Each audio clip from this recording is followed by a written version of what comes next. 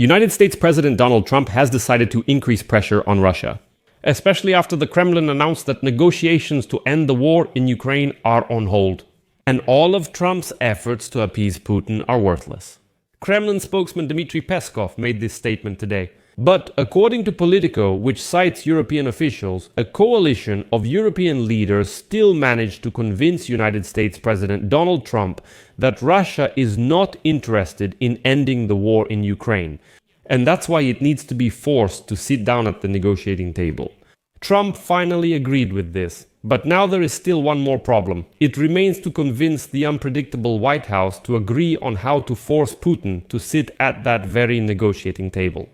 Trump's acknowledgement alone isn't enough. It is necessary to strangle the Russian economy to death and to do this in sync with Europe. Well, and here a glimmer of hope appears because Washington has made a rather important decision, which we will talk about today. My name is Pechiy. Today is September 12th. Let's go through everything step by step. But before we begin, I want to remind you that every day on this YouTube channel, several news stories about events around the world are released so that you can stay up to date with absolutely all the news. That's why I recommend subscribing to this YouTube channel. So today, the press secretary of the Russian dictator, Dmitry Peskov, stated that there is currently a pause in the Russian-Ukrainian negotiations. He also warned that the negotiation process should not be viewed naively. According to him, we should not expect quick and tangible results from it. Quote, "You can't wear rose-colored glasses and expect the negotiation process to deliver lightning-fast results." And, it was a real slap in the face to Donald Trump, who assured that he would end the war quickly enough. Then he set some ultimatums, deadlines and conditions for Putin. After Alaska, he said negotiations between Putin and Zelensky would happen in the next weeks, stopping the fighting in Ukraine, and so on. In the end, just some unwashed writer. Peskov says to take off your rose-colored glasses. The war won't end soon. But basically, Peskov stated what Ukraine and Europe had been telling Trump during all 8 months of his presidency. Putin is leading you by the nose. Putin is a monster you shouldn't even talk to. But no, Trump invited him to Alaska, praised him, and gave him a warm welcome. Nevertheless, there are now some positive signals that Trump has finally gotten the message that Putin doesn't want peace and needs to be forced into it. As Politico writes, during a series of diplomatic visits that took place last week, high-ranking officials on both sides of the Atlantic met to discuss new financial restrictions and plans to stop the supply of Russian oil and gas. A high-level technical team from the European Union was even sent to Washington to work out the details of the proposals, whose main objectives have received mutual agreement. And, as one of the European Union diplomats who went to Washington to discuss sanctions stated, quote, "Trump is finally on our side."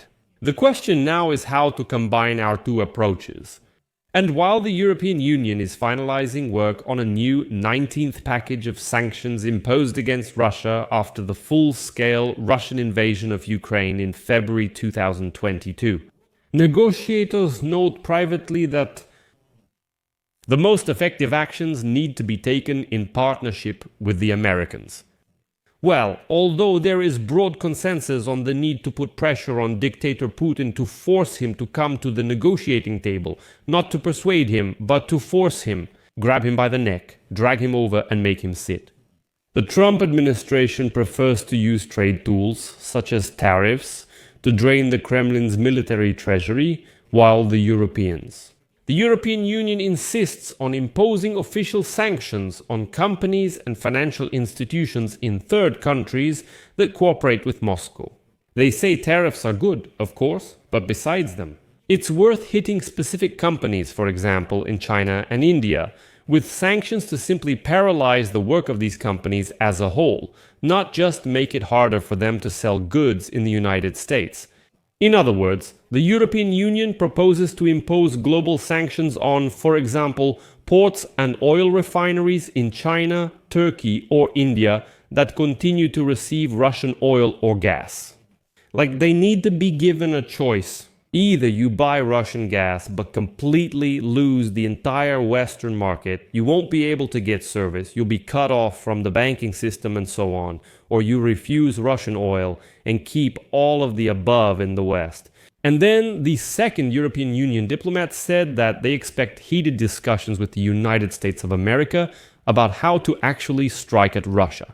So it's not a question of if, but how. And this is where the United States draws its own red lines. This week, the United States President told representatives of the European Union that he wants to impose a 100% tariff on India's and China's purchases of Russian energy resources if Brussels follows his example. So, basically, Trump is demanding that Europe also go down the path of tariffs, and if they don't, then he won't either.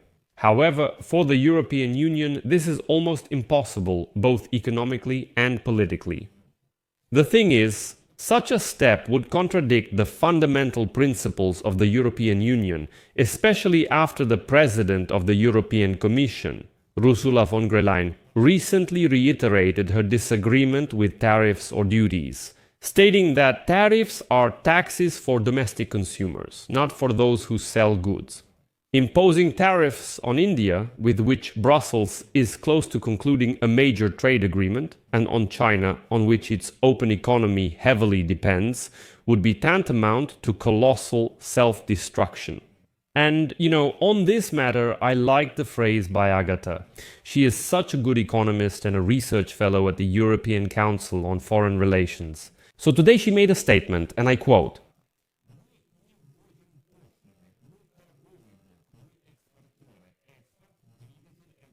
and here, some people saw this as an attempt by Trump to blame Europe for all the sins.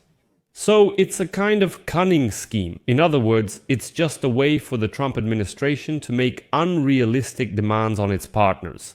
Trump knows perfectly well that the European partners will say no to tariffs because the European Union is not going to impose tariffs, especially at that level against China and India. That's why Trump can just say, all right, afterwards. Our partners refuse to go further in putting pressure on Moscow, and that's why we just can't move forward. Let's stop. It's the Europeans' fault, not mine.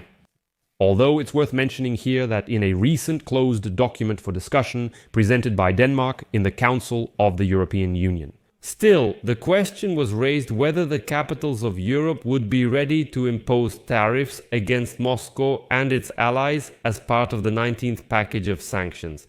According to some diplomats, this idea did not receive much support among the ministers, but nevertheless, this proposal is still on the table. The President of the United States also called on Europe to stop purchasing Russian fossil fuels, which has a significant impact on European Union leaders. They are already demanding a total stop to imports from this country. United States Secretary of Energy Chris Wright arrived in Brussels on Thursday for meetings where he hopes to finalize the details of the trade agreement reached between Trump and von der Leyen, under which the European Union will purchase additional American gas, oil and nuclear fuel for a total of $750 billion. Well, and next they'll quote Wright. These are ambitious import targets. Of course, the United States can provide this, but it's a framework program that implies a significant increase in energy trade from our country.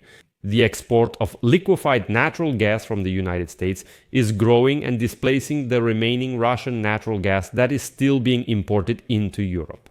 At a press conference after meeting with his American counterpart, European Union Energy Commissioner Dan Jorgensen stated that he intends to accelerate the European Union's commitment to completely stop importing Russian gas by the end of 2027.